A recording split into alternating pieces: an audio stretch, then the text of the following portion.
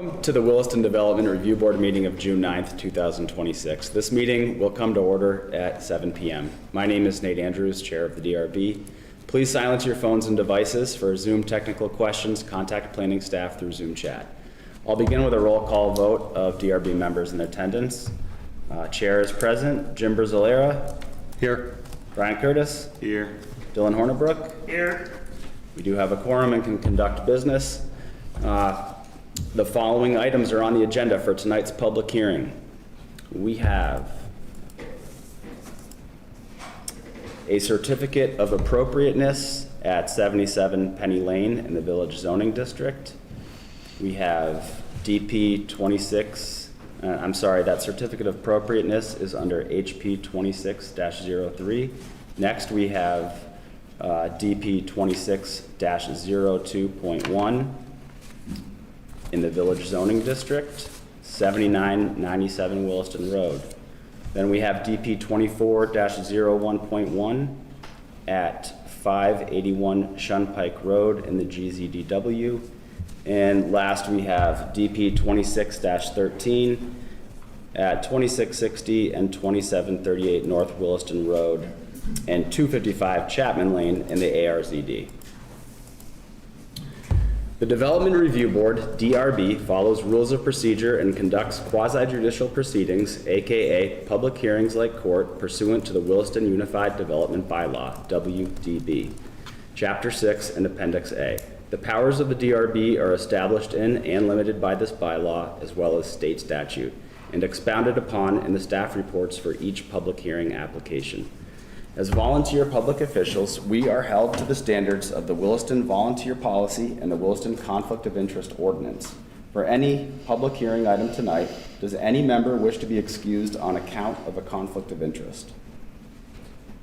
Does any member wish to report an ex parte contact? Ex parte meaning communicating with or receiving communication from any person in regards to an application on tonight's agenda. Participants are advised that there are specific statutory requirements for becoming an interested party who can appeal a decision. Anyone wishing to be considered an interested party must provide spoken or written testimony and provide their name and mailing address. For more information, see WDB 6.8 and 24 VSA 4465. We will start tonight with a public forum. Does anyone, any member of the public have either in person or on Zoom, have a question for the board that's not related to an agenda item tonight? Okay. If there are none, do we have any online attendance tonight so far? We do. Okay. We have a couple of folks online. All right. Thank you. With that, we're gonna move next to our certificate of appropriateness. HP 26-03, and I'll open that at 7:02 if staff could brief us on that. Sounds good. And I believe Chapin Kaner in the room is for this application item, and Michelle Carr is attending online. Yeah, you can come up to the applicant table and press the touchpad to turn on the microphone. And Chapin, if you could, for the record, please. Sure. Your name and address. Chapin Kaner, 77 Penny Lane, Williston, Vermont. Great. My daughter-in-law and son live with me, and so they're Michelle is on Zoom. Yep. Also 77 Penny. Great, thank you. Emily? this is a request for a certificate of appropriateness at 77 Penny Lane, located in the National Register Historic District in the Village Zoning District. What the applicant is proposing to do is on the north side of the home is replace two windows with 2/2 divided light windows and replace the wood front door with a fiberglass front door of similar appearance. They also propose reinstating the front porch, and the decking will be a wood-like composite material. This complies with the standards of the Village Zoning District. So the size of the door and the size of the windows will stay the same. The windows that they're using are Marvin Ultimate double hung windows that have a simulated divided light pattern, and the muntins are located on the exterior of the glass, which is a bylaw requirement. The front door is classic craft. It maintains a mahogany appearance, and it has 2/3 light, so meaning that 2/3 of the door is glass and the remaining third is wood. This property is a historic structure from the early 1800s, 1840s, although possibly some new information that it could be as old as the 1820s or 1830s. The Queen Anne's style turret and other architectural features were added in the late 1800s. It used to be located up near Williston Road and then was moved back in the 1950s to make way for the gas station. So the standards of the bylaw prefer repair or in-kind replacement, which is not proposed. They are proposing the restoration of the front porch that historic photos show used to be on the property. And they're proposing replacing with a different material or style. The applicant has provided information that the cost of restoring these windows and the energy efficiency would not be the best for the structure. So the bylaw does allow replacement materials where there would be an improvement to energy efficiency and where cost is a consideration. So the staff recommendation was that this complies as proposed. The Historic and Architectural Advisory Committee reviewed this application last Tuesday, and they also recommended that the application complies as proposed. And this is a rendering of the porch and the windows on the north side of the home. Thank you. Thank you, Emily. Chapin, is there anything you'd like to add or any questions you have for either the board or staff? No, Okay, I'm happy. great. Any questions from online on this one? In person? I'm seeing no chats and no raised hands online. DRB? Questions?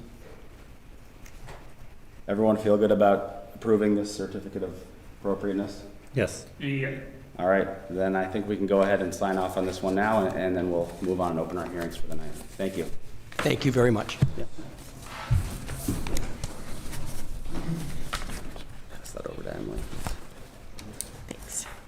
All right, with that, we are going to move on to the public hearing. And our first item in the public hearing tonight is going to be DP 2602.1. This item we are opening, and I believe the applicant has chosen to continue that. Is the applicant here? The applicant is not present in person or online. No, I don't. But they've communicated with you that they'd like to continue. Oh, yes, they have Okay. communicated that they'd like to continue because the bylaw amendment is still in the works with the select board, and that has implications for the driveway. So they've asked for a continuance, so they have a little bit more clarity on that provision. And July 14th is when it's being continued to, is that right? Yes, July 14th. So are there any members of the public, sorry, I'm going to formally open this first. We're opening DP 2602.1 at 7:08. It's open. Is there anyone here for that agenda item that would like to address the board? Okay. Hearing none, so we're gonna go ahead and continue that officially for July 14th. I'm gonna close that at 7:08 p.m. and we're gonna move on to DP 24-01.1. This is 581 Shunpike Road in the GZBW. Could the applicant please come on up to the table? Hi. Please state your name and address for the record. Brian Courier, Larry Burke Civil Associates, representing the landowner being P Septic Service. Right, thank you. Staff goes next. Thanks, Nate. This is a request for a discretionary permit to amend a previously approved site plan and reorient the layout of the parking lot and building, and a boundary line adjustment to dissolve a property line and merge two lots. The building is just under 16,000 square feet with an 18-space parking lot. They're basically flipping the orientation of the building and the parking lot as it relates to Shunpike Road. The lot is just over an acre. It's located in the Industrial Zoning District West, where it was not subject to design review or Conservation Commission review. Staff's recommendation is to take testimony, close the hearing, deliberate tonight, and approve with conditions as drafted.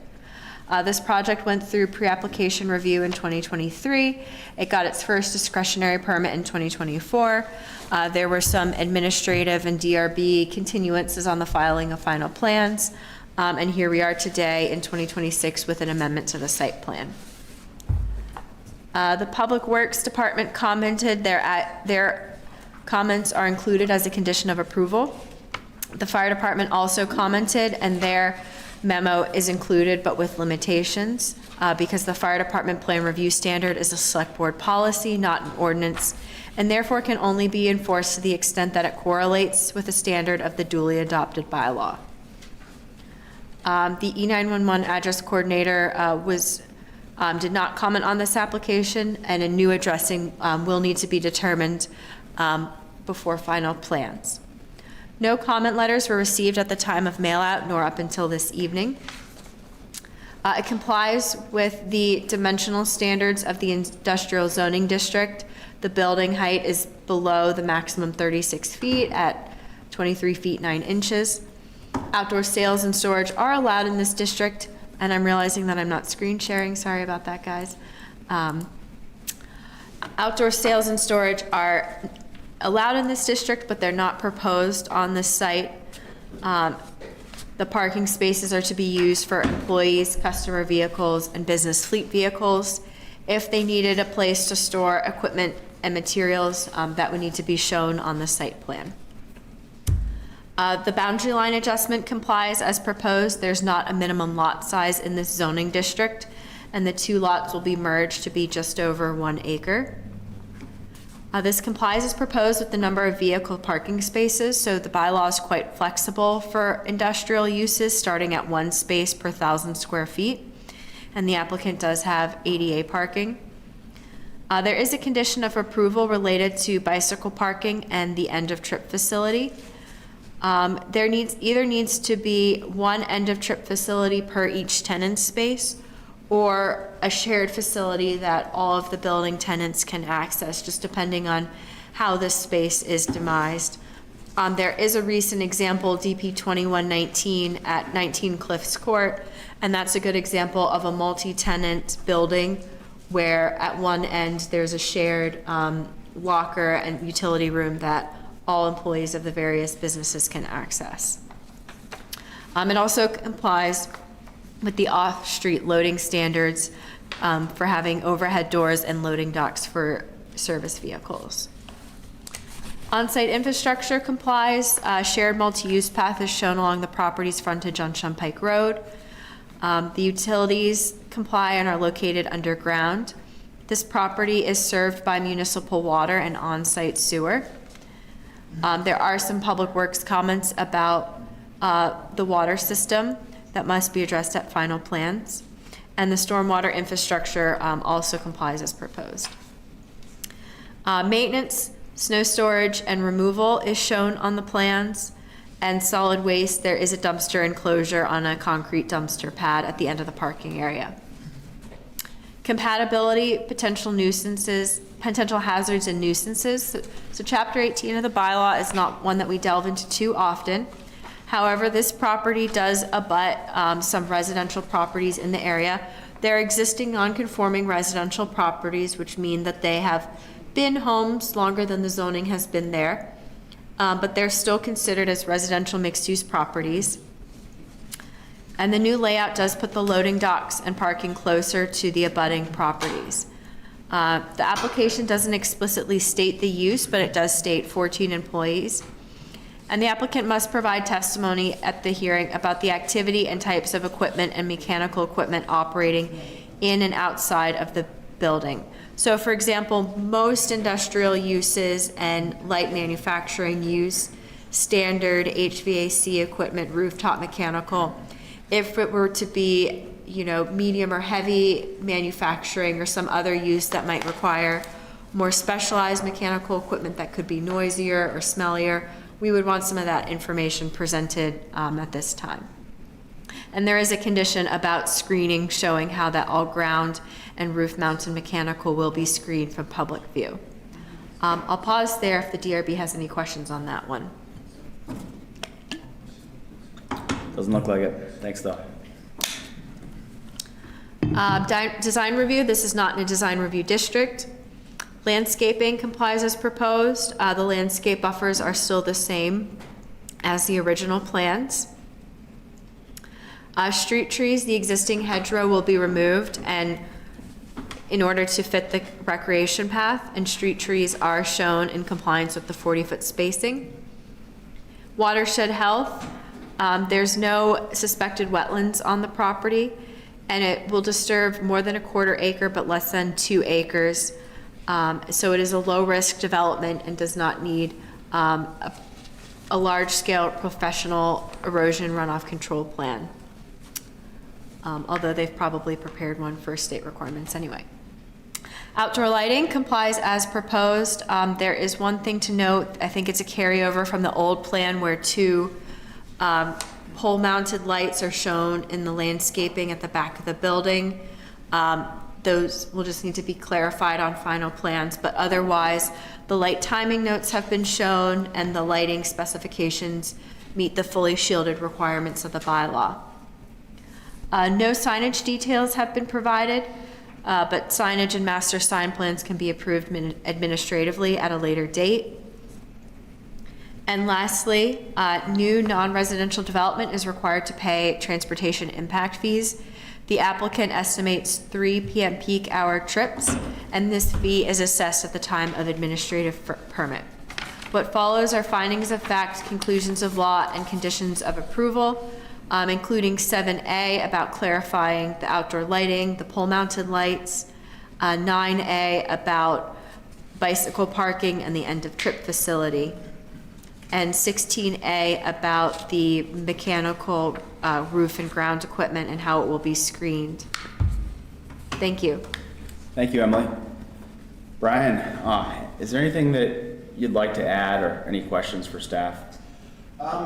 No, well, they did ask that I clarify, what is it, at the bottom of page 4, the applicant must provide testimony at the hearing about the activity and types of equipment and mechanical equipment operating in and outside the building.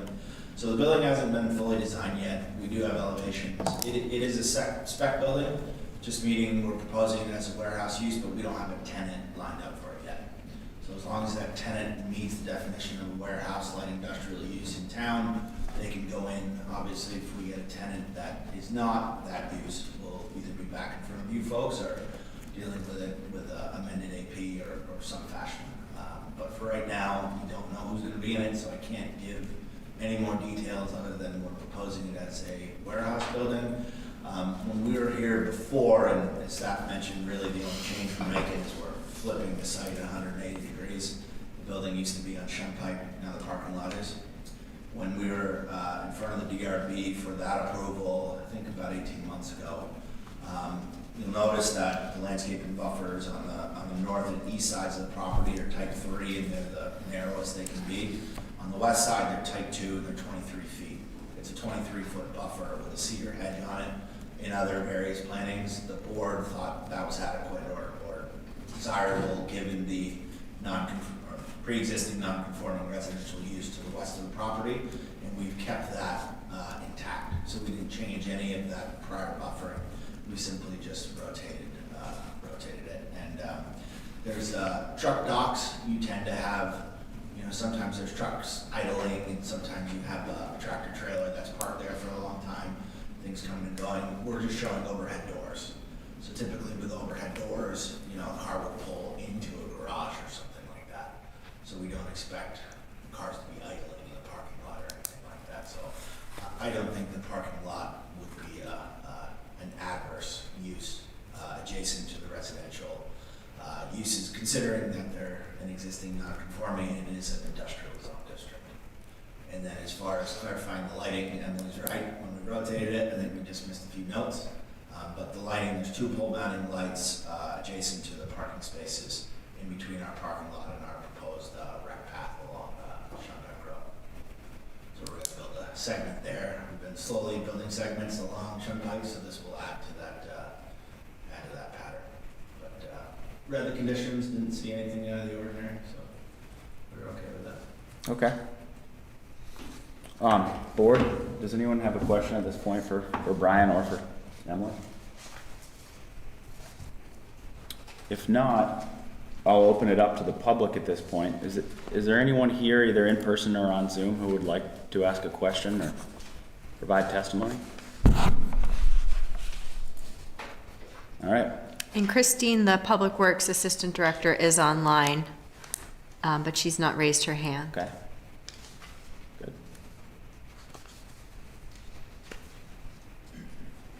All right. We are going to close DP 24-01.1 at 7:20 p.m. Thank you, Brian. Thank you. Brian, can you turn your mic on? Oh, Yes. Oops. that's loud. Good.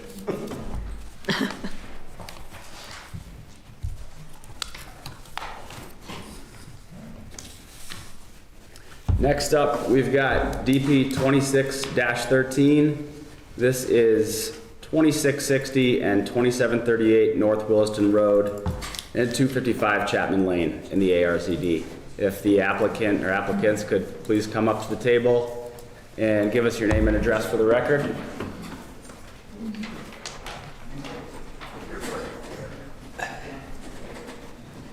Good evening, I'm Doug Goulet, Bowman Consulting. All right. Real quick, I'm a property owner's daughter lease. Great. Did we get an address? Do we need an address? We have one on record. You got it so on I think record? we're Okay. yeah. We got it. We've heard it before. Still live in the same location. Perfect. All right. Well, with that, staff goes next. Thank you, Nate. This is a request for pre-application for the Fontaine subdivision.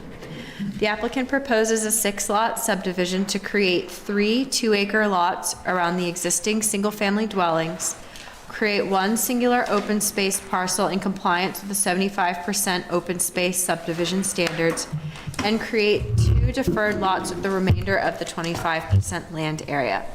The overall property is about 278 acres. Tonight, we're only considering about 118 acres, and I'll get into that in a moment. The current use is residential and agricultural.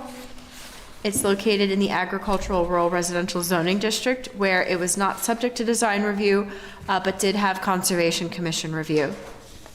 Staff's recommendation is to take testimony, close the hearing, deliberate, and approve the application with recommendations as drafted below.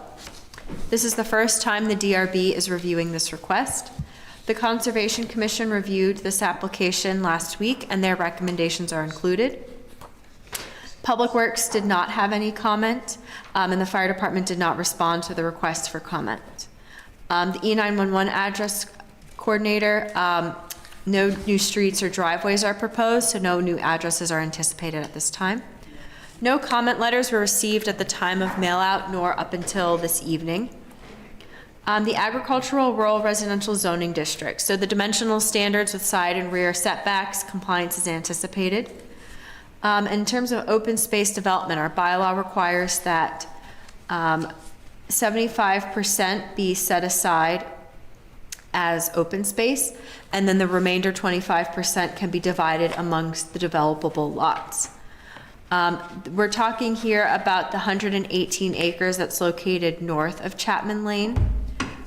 This is a split parcel where it's split by Chapman Lane and the railroad right-of-way, and what Chapter 12 of our bylaw says is where a parcel is split by the railroad or a road, it's considered its own parcel for the purposes of the bylaw and therefore the purposes of the open space. There are certain lands that must be included in the open space, such as watershed protection buffers, in this case, an unnamed stream. Conservation areas. There's a special recommendation about lots 2 and 5, those deferred lots. So if there were to be further development, they would be subject to discretionary permit review where those standards would be applied. The steep slopes are not applicable and other land standard is not applicable. It does comply with the open space contiguity provisions and the use of open space, so agriculture, forestry, road crossings, utility crossings, those are all okay within protected open space. And it is meeting the legal protection and separate platting requirements of the bylaw. There is a recommendation about open space surveying, that the protected open space is shown and monumented in accordance with the requirements of Chapter 12. Sections 31.8 about housing design and open space development and 31.9 about lots and home sites are not applicable for this pre-application and for this subdivision, but they would be applicable in the future if lots 2 and 5 were further subdivided or developed. And the standards for community sewerage, barn restoration, and non-residential uses are not applicable at this time. Again, there's the citation about Chapter 12 that we're considering the lands north of the railroad as its own parcel. The provisions of Chapter 11 for growth management and including affordable homes are not applicable because no new dwellings are proposed at this time. Chapter 15, on-site infrastructure.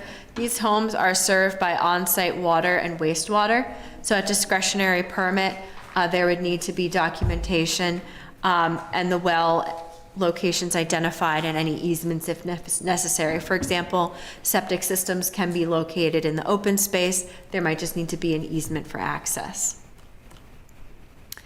Chapter 27, conservation areas. So this property is mapped as significant wildlife habitat area.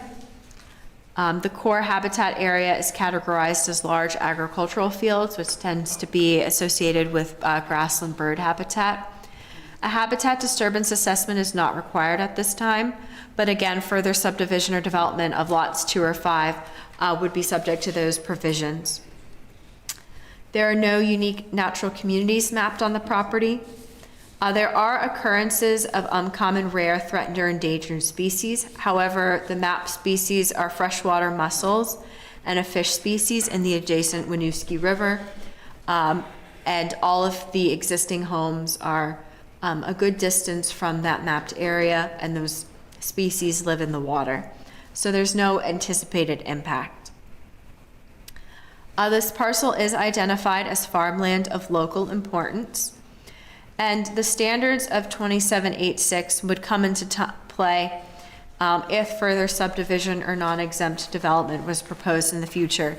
In general, those standards call for minimizing encroachment and clustering lots to avoid fragmentation.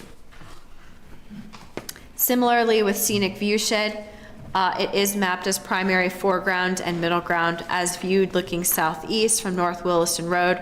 So as you're coming over the Winooski Bridge from Essex and entering Williston. Most of that land area is within the floodplain. And again, that development is anticipated to be clustered near Chapman Lane or near North Williston Road, given some of the floodplain locations as well. So those standards would be evaluated if further development is in the future. Chapter 28, special flood hazard areas. So this is not applicable to the open space requirement. There's no requirement that flood hazard areas be located within open space, but there are significant flood zones mapped on the property. And I spell out where that impacts each lot.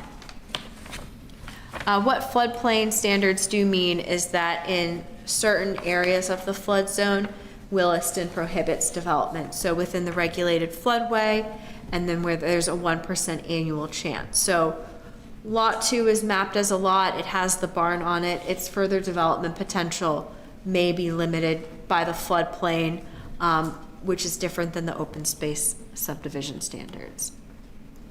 Chapter 29, an erosion and runoff control plan is not applicable because no new development is proposed at this time. The wetlands protection compliance is anticipated. They're showing the unnamed stream with a 50-foot buffer. And any further subdivision or non-exempt development on lots 2 and 5 may necessitate a wetlands delineation. What follows are the list of recommendations. Recommendation number 2 is from the Conservation Commission, and those enumerate those standards about scenic viewshed, farmlands of local importance, etc., if lots 2 or 5 were to further subdivide or develop.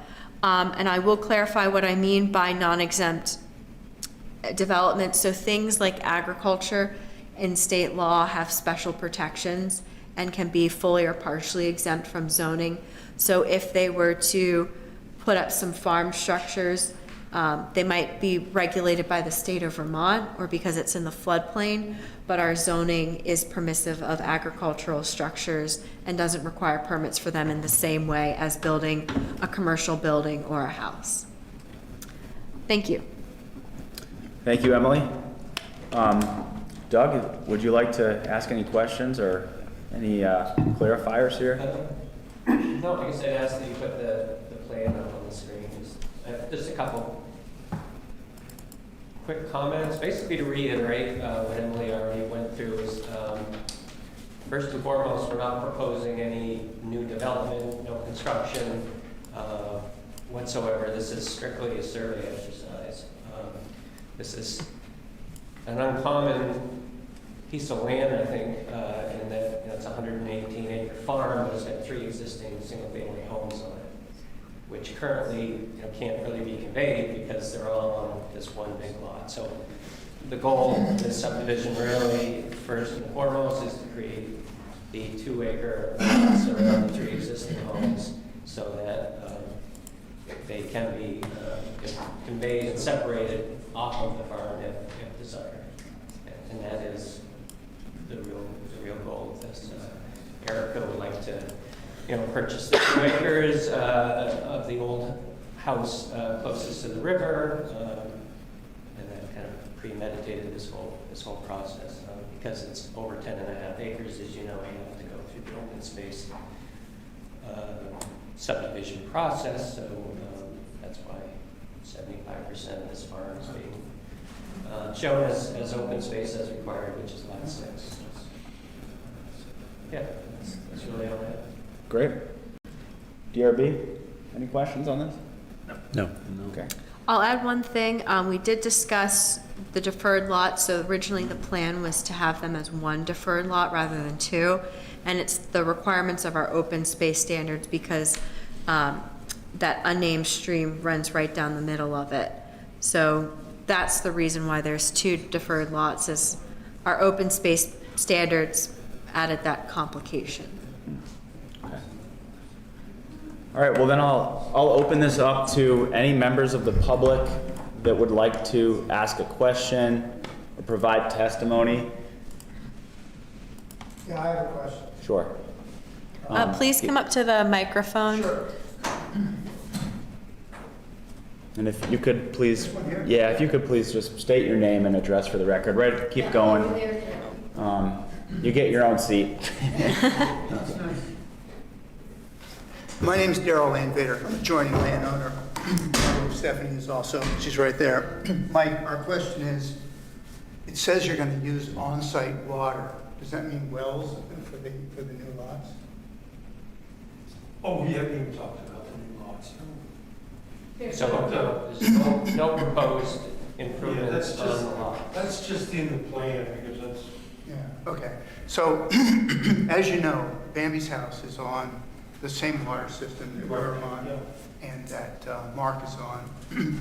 And so we've talked about it. We said we can't put any more people on there. We're worried about the capacity, especially over the years. But I do know that when I lived on North Williston Road, that the old house we lived in there was another spring up in the hills. And that spring, might be something you should think about. Because when you drill in this area, the shallow wells are not all that great. yeah, that was Marshall's house, was on that spring. And that could be, yeah. So as long as you're not trying to hook up. Bambi was on it too, though. Bambi, No, Bambi's on our system. now, but that's because we. She wasn't on a spring before, she was on a shallow She well. had a well. What I'm saying, she had a well, it didn't work. Yeah, it didn't work well. No.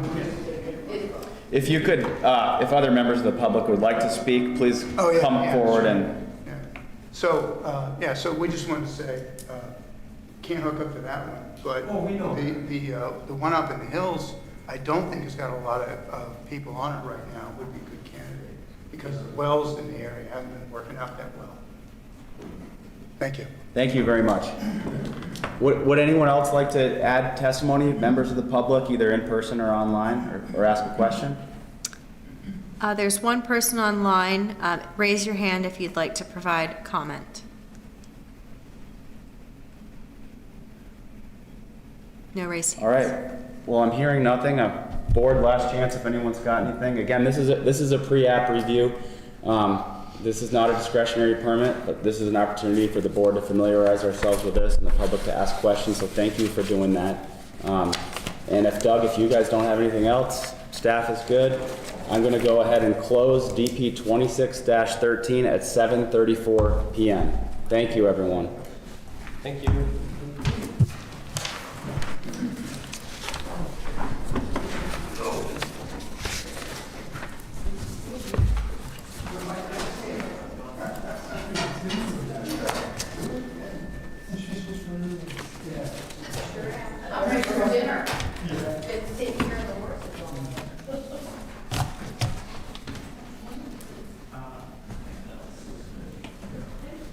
Thanks, Erica.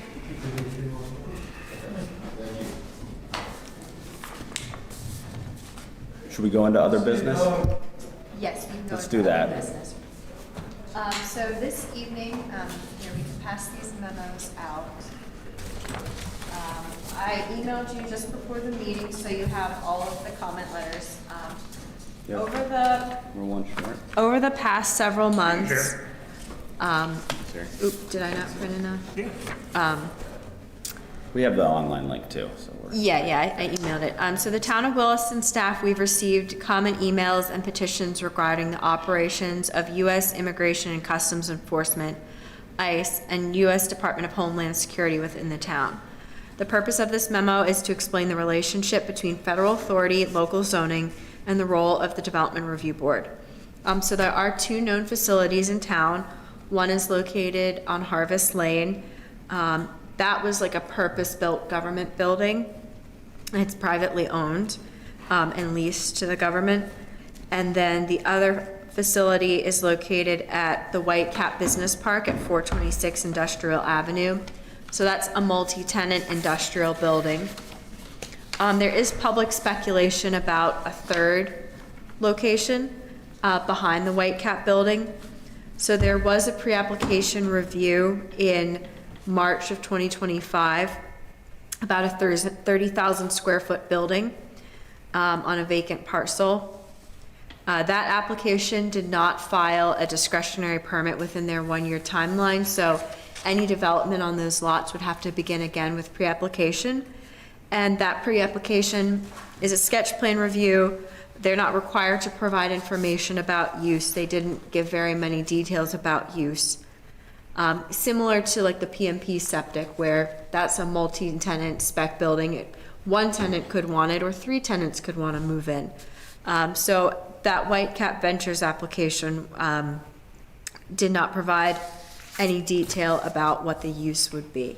But any development on that lot would have to begin again with pre-application and go through the warned public hearing process.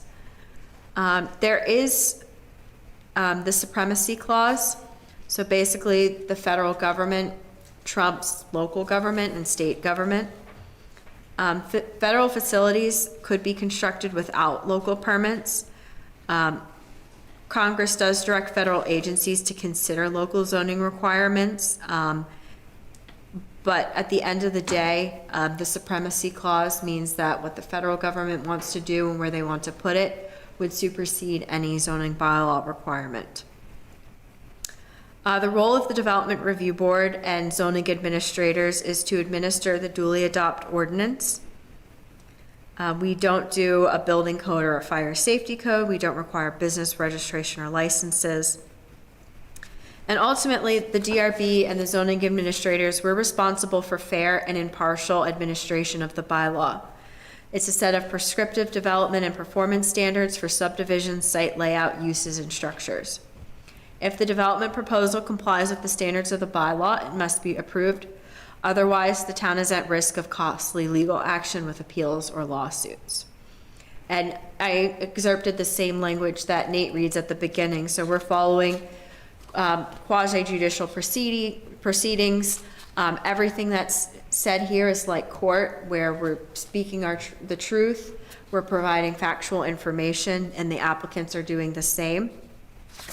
and it's a warmed public hearing. And any decisions of the zoning administrator or the development review board are appealable.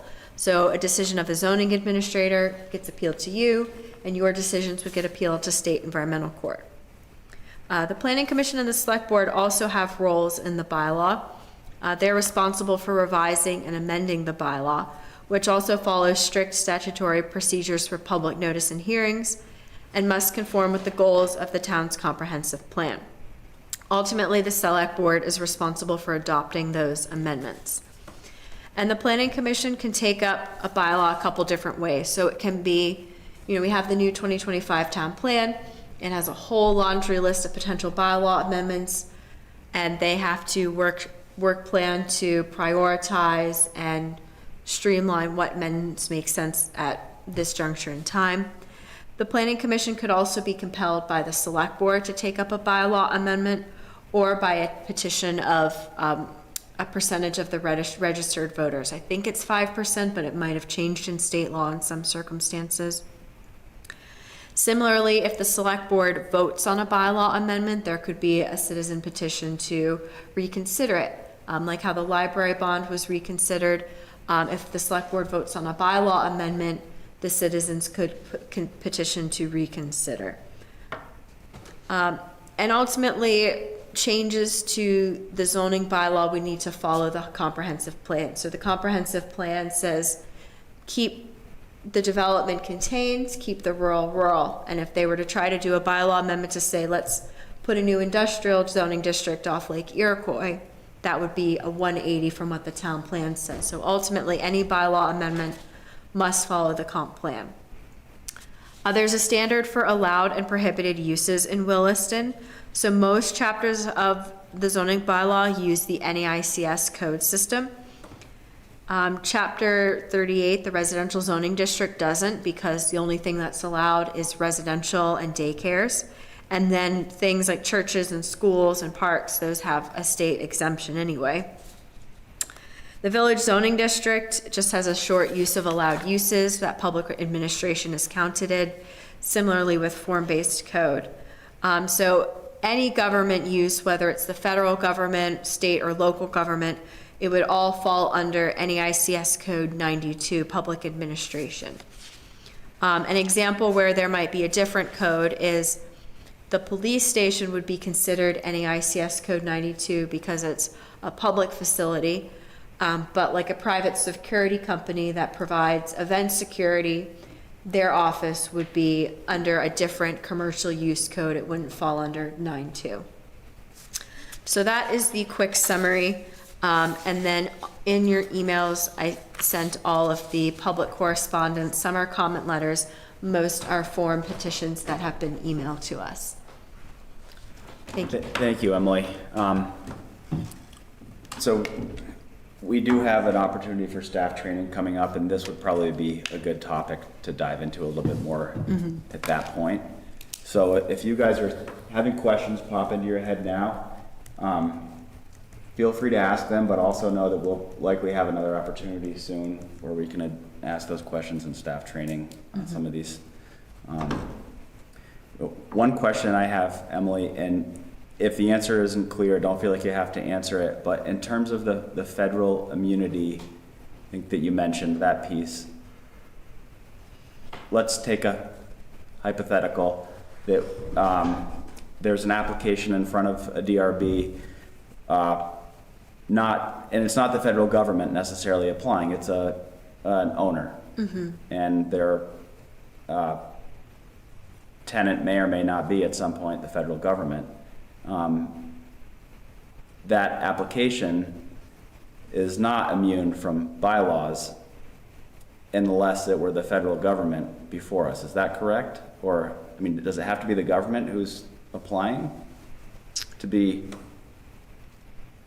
It gets blurry. This is why I'm saying, like, we're probably going to have to cover some of this in training. Yeah. And so let's just do it then. Yeah, there is a sentence in here. The preemption applies even to leased premises. Okay, all right, thank you. If they don't own the land, if they're just leasing it, that supremacy clause of the Constitution would still apply. Okay, Very maybe helpful. there's some gray area of, it's a private applicant going through the whole permitting process. That question we can dive into later on. Okay, great. But I, just to add, I think that, you know, let's say I wanted to build a building, speculating that the federal government is going to lease it. But if they haven't leased it, I still have to follow the rules. But if they have leased it already, then the rules may not apply anymore. Right. Anybody? No, it just makes me wonder why we can't build high-speed rail when you get a rule like that. Good question. Well, I don't think we're gonna answer that tonight. so Yeah, we're gonna, not for anyone in this room. if there, I don't think we have any other business. I think we will close this and go into a deliberative session. So we're going into deliberative session at 7:45 p.m. Thanks, everybody. Is back in session at 7:56 p.m. Do I have a motion for DP 2401.1? Yes.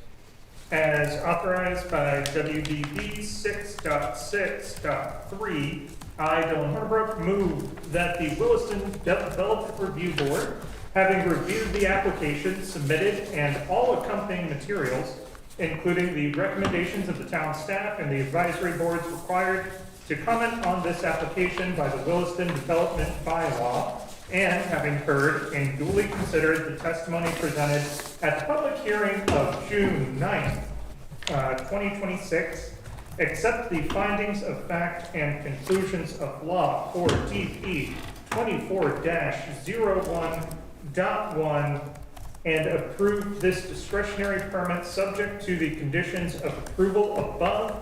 This approval authorizes the applicant to file final plans, obtain approval of these plans from DRB or staff, and then seek an administrative permit for the proposed development, which must proceed in strict conformance with the plans on which this approval is based. Thank you, Dylan. Do I have a second? I second. Thank you, Jim. We're going to go into a roll call vote. Yay or nay? The chair is a yay. Jim Brizzolera? Yay. Brian Curtis? Yay. Dylan Hornibrook? Yay. 4 yays, no nays. The motion carries. Do I have a motion for DP 26-13? I'll motion for DP 26-13. Thank you, Jim. Go ahead.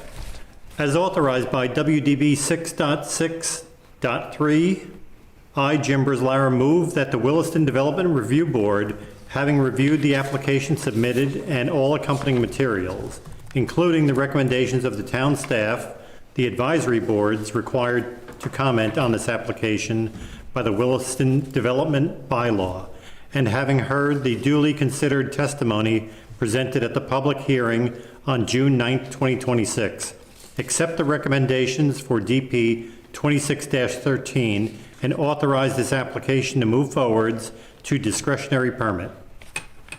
Thank you, Jim. Is there a second? Second. Thank you, Brian. We'll take a roll call vote. Chair is a yay. Jim Brizzolera? Yay. Brian Curtis? Yay. Dylan Hornibrook? Yay. Any discussion?